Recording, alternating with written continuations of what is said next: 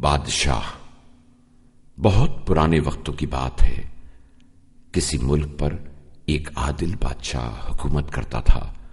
وہ بہت نیک انسان تھا، ایک خدا کی عبادت کرتا اور اس کی نعمتوں کا شکر ادا کرتا تھا۔ خدا نے بھی اسے بہت زیادہ نعمتیں عطا کی تھیں۔ بادشاہ کا نام ذوالقرنین تھا۔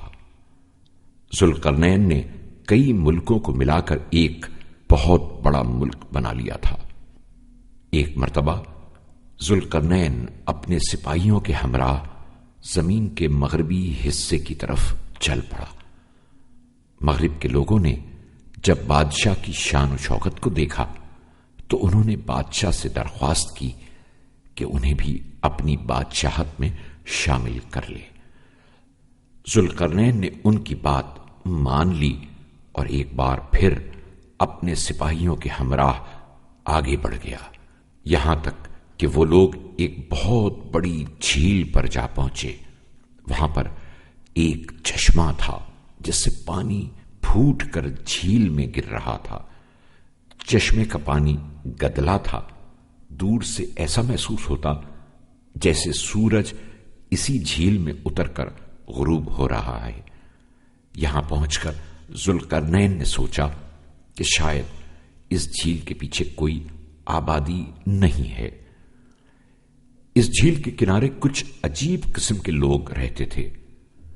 وہ وحشی انسانوں کی طرح زندگی گزارتے، لوگوں پر ظلم و ستم کرتے اور ایک دوسرے کو بھی قتل کرتے رہتے تھے۔ وہ خدا کی عبادت بھی نہیں کرتے تھے۔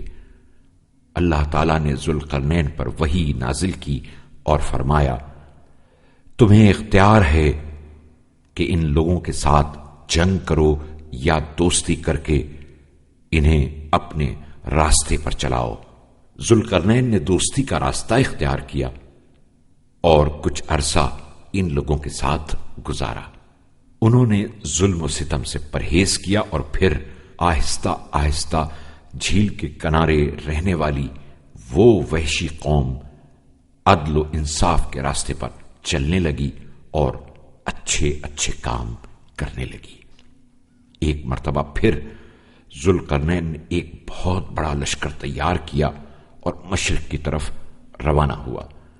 اس راستے میں بھی بہت سے ملک اس کے آگے تسلیم ہوتے گئے۔ چلتے چلتے وہ ایک مرتبہ پھر ایک ایسی جگہ جا پہنچا جس سے آگے کوئی آبادی نہ تھی۔ اس جگہ پر بھی وحشی لوگ رہتے تھے۔ ذوالقرنین نے انہیں بھی خدا پرستی کی دعوت دی، کچھ عرصہ ان کے ساتھ گزارا اور زندگی گزارنے کے صحیح اصول و قوانین انہیں سکھائے۔ اب زمین کے شمالی حصے کی طرف جانے کی باری تھی۔ ایک مرتبہ پھر ذوالقرنین نے اپنا لشکر تیار کیا اور شمال کی طرف چل پڑا۔ چلتے چلتے وہ ایک ایسی سرزمین پر جا پہنچا جس کی دونوں جانب بڑے بڑے پہاڑ تھے اور وہاں کے لوگ ایک مخصوص زبان میں بات کر رہے تھے۔ جب انہوں نے ذوالقرنین کی شان و شوکت کو دیکھا تو بہت حیران ہوئے۔ ایک دن وہاں کے بزرگ اور بڑے لوگ بادشاہ ذوالقرنین کے پاس آئے اور کہنے لگے، اے بادشاہ، ان دونوں پہاڑوں کے پیچھے یاجوج و ماجوج نامی دو وحشی قبیلے رہتے ہیں جو ہر 2-4 مہینوں کے بعد پہاڑ میں موجود شگاف سے باہر آتے ہیں اور ہماری زمین پر حملہ کر کے سب کچھ تباہ و برباد کر دیتے ہیں اور پھر واپس چلے جاتے ہیں۔ اے بادشاہ، ہم آپ سے درخواست کرتے ہیں کہ ان کے راستے میں ایک بڑی رکاوٹ بنا دی جائے تاکہ وہ ہماری طرف نہ آ سکیں۔ اس کام میں ہم بھی آپ کا ساتھ دیں گے۔ یہ لوگ ذوالقرنین کے لیے قیمتی تحفے بھی لے کر آئے تھے۔ ذوالقرنین نے ان کی درخواست کو قبول کیا اور کہا، جو کچھ خدا نے مجھے عطا کیا ہے وہ تمہاری مالی امداد سے بہتر ہے۔ تم صرف جسمانی طاقت سے میرا ساتھ دو تاکہ تمہارے اور ان کے درمیان مضبوط رکاوٹ کھڑی کر سکوں۔ وہاں کے لوگ یہ سن کر بہت خوش ہوئے اور سب ذوالقرنین کی مدد کے لیے تیار ہو گئے۔ ذوالقرنین نے حکم دیا کہ بڑی مقدار میں لوہا اور تانبا جمع کرو۔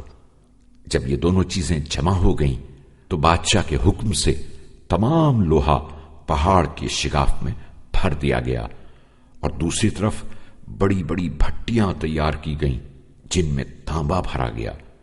ذوالقرنین نے کہا، اب لوہے پر بڑی مقدار میں کوئلے ڈال دو۔ لوگوں نے اس پر عمل کیا اور پھر ذوالقرنین کے حکم پر کوئلے کو آگ لگا دی۔ آگ کی تپش سے لوہے کے ٹکڑے نرم ہونے لگے۔ ادھر تانبا بھٹیوں میں پگھل چکا تھا۔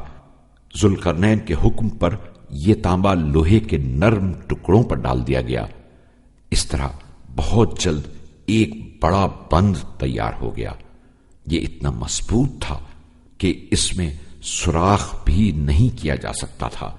اس دن کے بعد وہاں کے لوگ پرسکون زندگی گزارنے لگے۔